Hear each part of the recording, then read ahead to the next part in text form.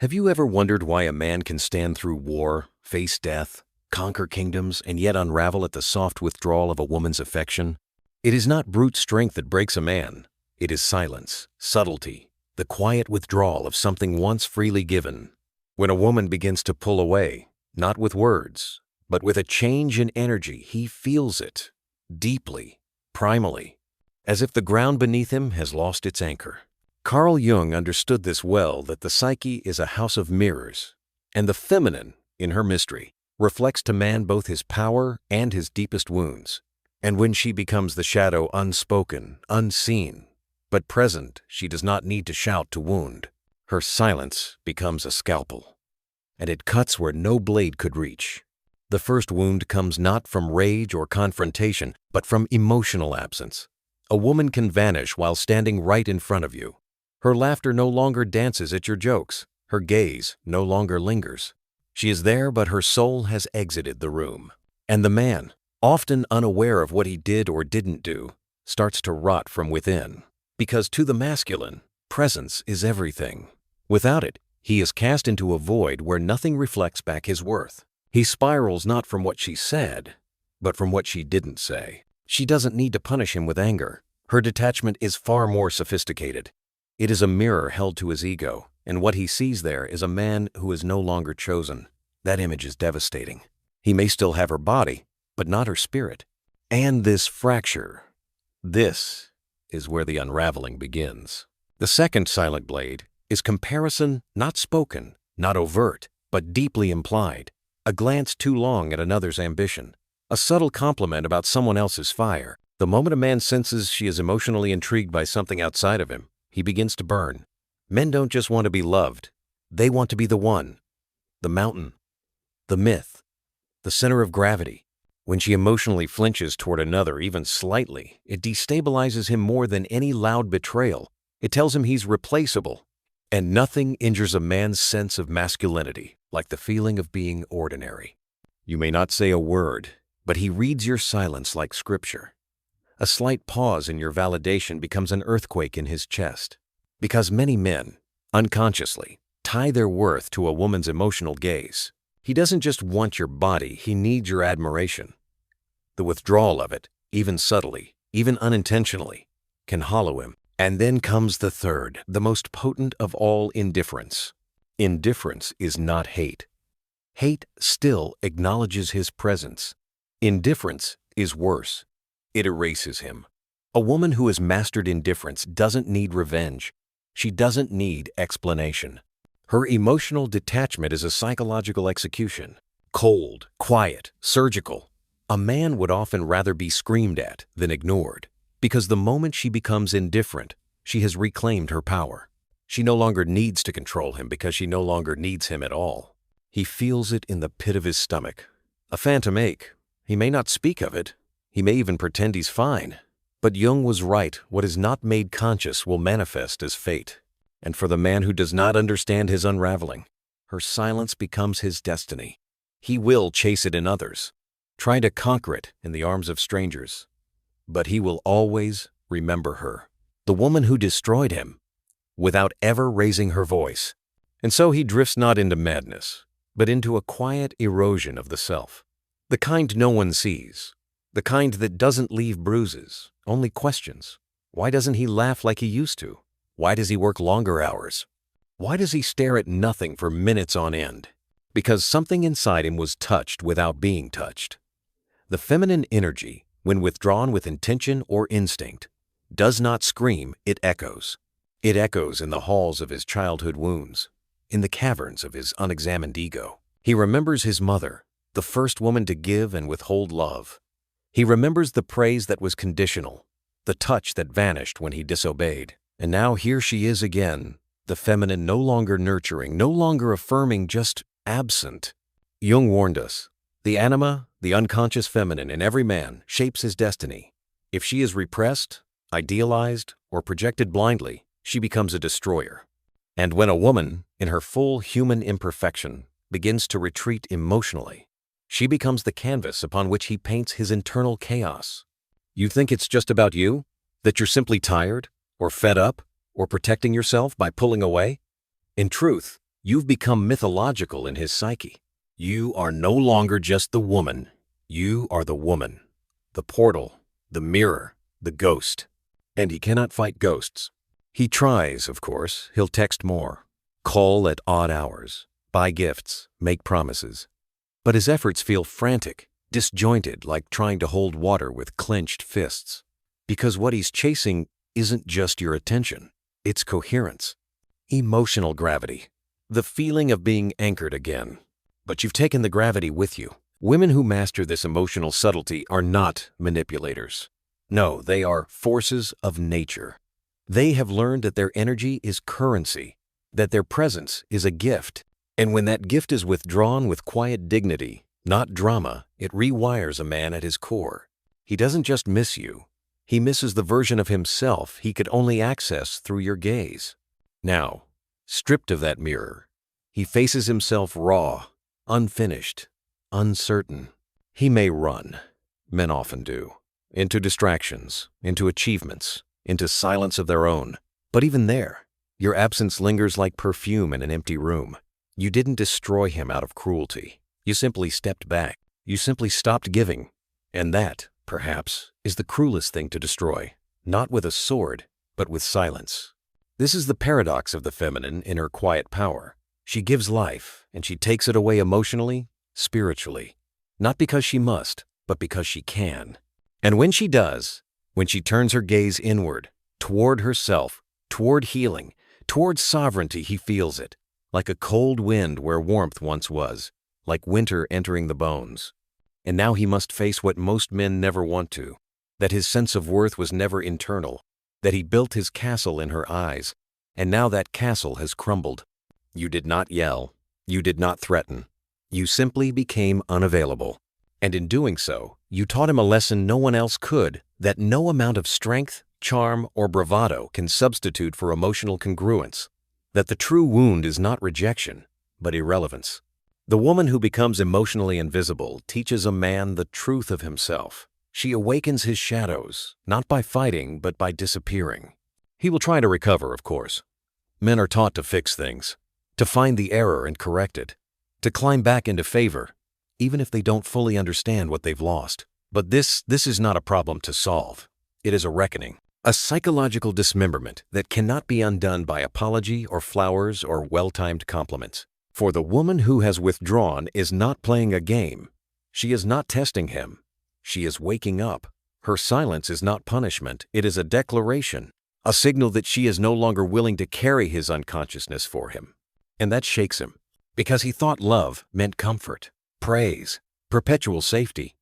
But she knows something deeper, that real love mirrors the soul, not the ego.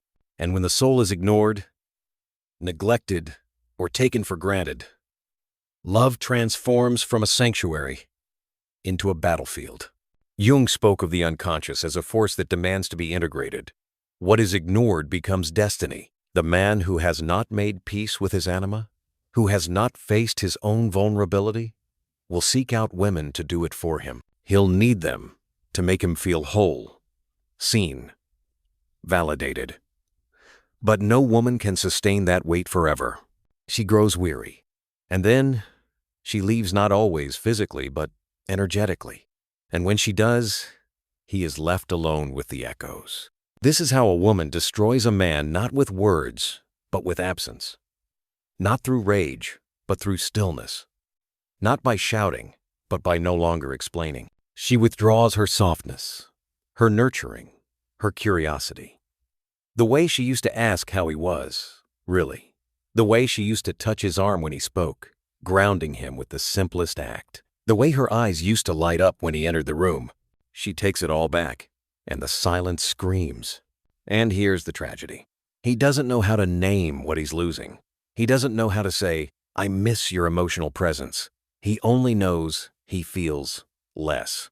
Less alive, less inspired, less whole. Because he never learned that the feminine is not ornamental, she is essential. Her intuition, her emotional awareness, her ability to feel into the unseen, these are not luxuries. They are anchors. Without them, he is a ship lost at sea, chasing storms to feel alive. But what of you? You The woman who has given and given and given until the well ran dry? You are not heartless for stepping back. You are not cruel for reclaiming your time, your energy, your sanity. In fact, it is a sacred act, a return to self, a refusal to be the emotional crutch for someone unwilling to walk the path of their own evolution. You are not his therapist. You are not his savior. You are a woman, sovereign and whole. And the moment you remembered that, the moment you stopped bending yourself into shapes to soothe his unspoken fears, he felt the shift. Not as rejection, but as consequence. This too is part of the individuation process Jung described. The painful breaking away, the fall of illusions, the confrontation with one's own shadow. For him, it begins with your silence. For you, it begins with truth. And when that truth finally finds its voice, even if never spoken aloud, it alters the terrain between you. No longer does he stand on the pedestal of your devotion. No longer do you hand him your empathy on a silver tray, hoping he'll notice your sacrifice. The energetic contract has been broken, the veil lifted. He may respond with confusion, anger, or even a sudden flurry of affection, the desperate flailing of a man who senses something slipping from his grasp, but cannot yet name what. You've stopped orbiting his emotional gravity, and he doesn't yet know how to create his own. Because, you see, a woman who withdraws her emotional presence forces a man to confront the emptiness he's avoided. The silence becomes a mirror, reflecting back every piece of himself he's refused to acknowledge, the unmet needs, the hidden fears, the boyhood wounds wrapped in adult pride.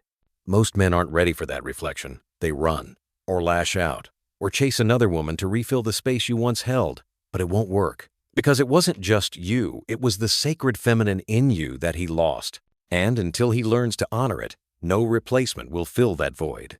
And here is where it gets deeper.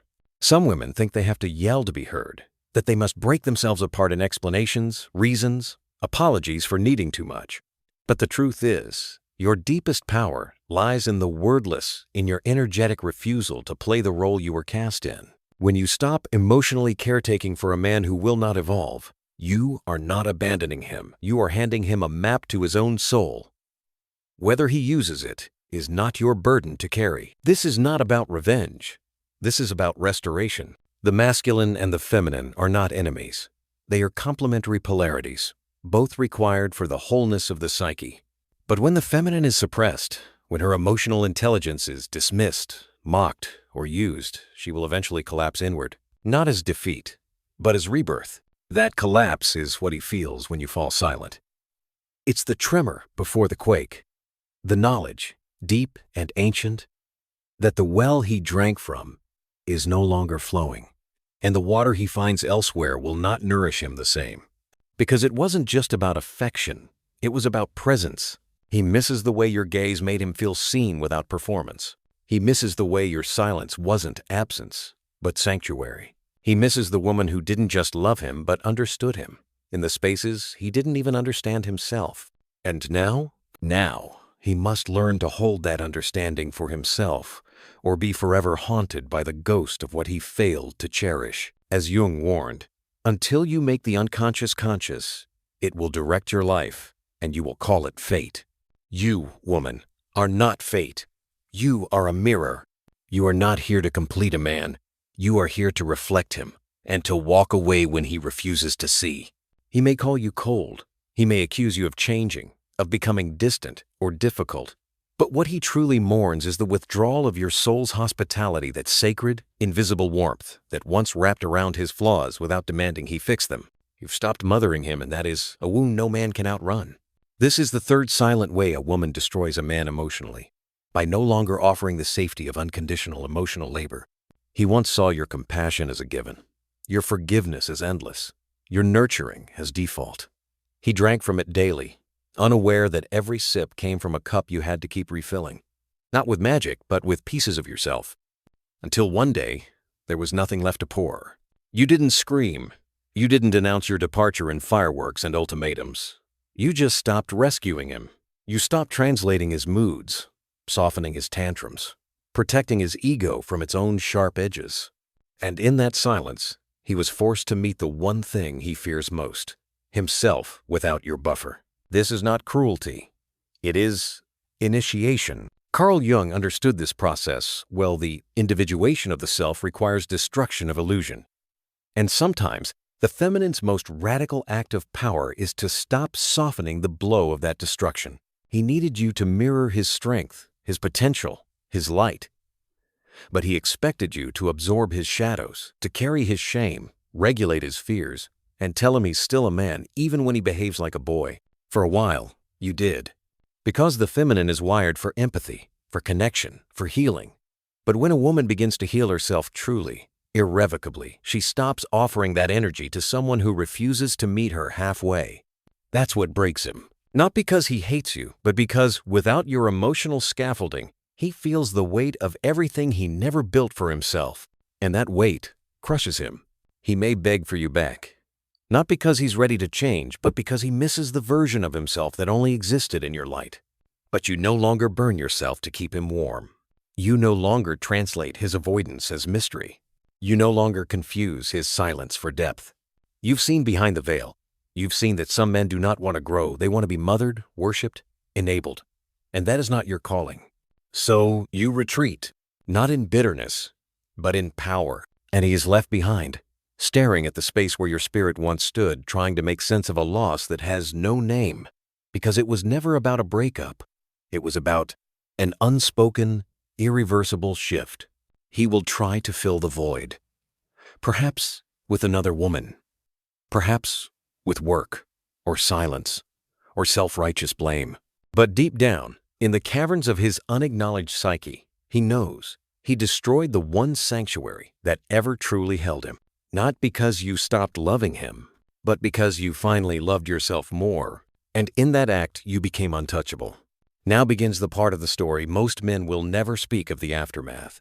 The collapse is quiet, not the kind that brings chaos and noise, but the kind that settles in the bones like winter. He won't admit it, but he feels the cold where your warmth used to live. And no fire, no rebound, no distraction can recreate the way your presence made him feel like more even when he hadn't earned it. He walks through his days with the outer shell intact, smiling, performing, wearing confidence like a mask, stitched together with denial. But behind his eyes, there's a war not between you and him, but between the man he was with you and the man he has to face alone. Because when a woman awakens to her power and stops nurturing a man's emotional dependency, she doesn't just leave, she strips him bare of the illusion that someone else will always complete him. And that is terrifying. Jung wrote that people will do anything, no matter how absurd, to avoid facing their own souls. And in the space where you once stood patient, intuitive, endlessly giving, he is finally face to face with his soul. And it is not what he imagined. There is a hunger he didn't know he had, not for your body or your affection, but for the sense of meaning he felt in your presence, a meaning that came from being seen, truly seen, by a woman who understood the architecture of his wounds better than he did. But now that gaze is gone, and what he's left with is his own reflection, distorted by years of suppression, emotional avoidance, and spiritual immaturity. He remembers the way you used to anticipate his moods, how you'd gently call him out without shaming him, how you'd hold space for his silence like it was sacred. He thought that was normal. He thought love was supposed to feel like therapy wrapped in seduction. But now, in your absence, he learns the truth. What you gave was grace, and grace cannot be demanded, only received. Now he notices the difference. Other women may smile, flatter, perform their best selves, but they do not see him, not the way you did. They do not speak to the parts of him he doesn't understand. They do not dance with his shadow or challenge his ego with tenderness. They do not provoke his evolution.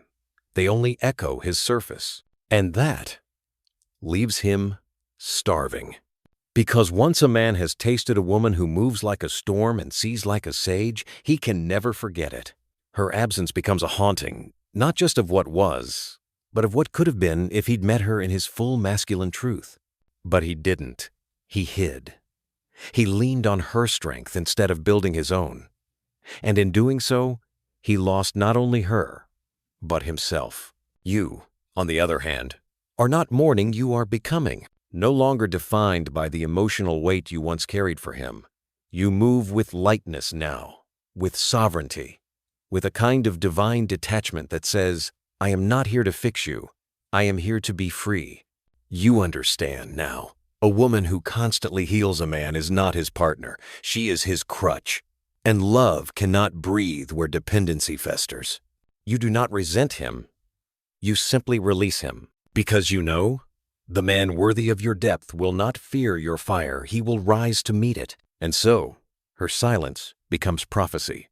Where once there were words, gentle reminders, soft encouragements, whispered prayers for his growth, now there is only space. And in that space, something remarkable happens. Not for him, for her. She begins to hear herself again. The voice that once drowned beneath his needs, his doubts, his emotional stagnation, now rises like a tide. It speaks not in reaction, not in judgment, but in clarity. The kind that only comes when a woman finally realizes that being needed is not the same as being valued. He may have loved her presence, but he never honored her essence. That was his wound.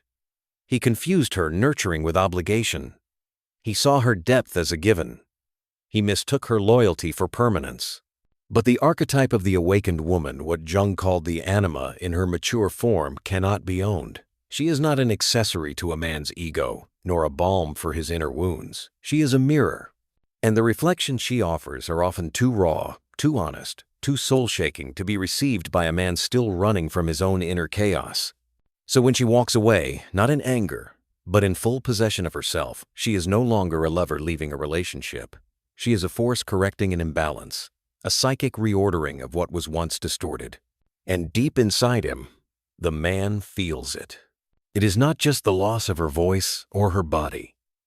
It is the loss of the sanctuary he mistook for something ordinary.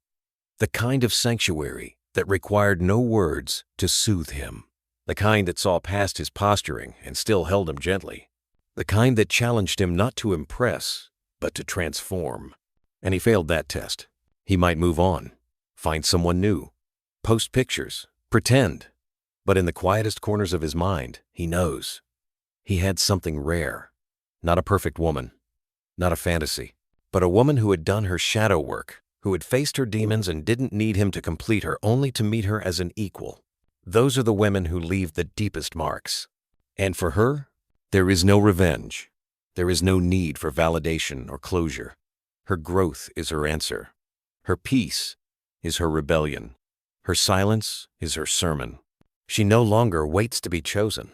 She chooses. She no longer tries to explain her depth to shallow waters. She dives alone, knowing that only those who can swim in soul will follow. She doesn't punish the man for not rising. She simply stops lowering herself. And the beauty of it is this. In walking away from the man who could not meet her, she clears the path for the man who will. A man not afraid of emotional exposure. A man who has faced the darkness in himself and made peace with it. A man whose strength is not in domination, but in devotion to truth, to purpose, to partnership. He will not tremble before her intensity. He will rise into it, because he will see what the other man could not. Her silence was not rejection. It was an invitation to ascend, and he will answer it. The woman who knows her worth doesn't chase, she chooses. If this stirred something deep in you, don't just scroll, subscribe, and share with a friend who needs to hear this. More truth, more depth, more power every week.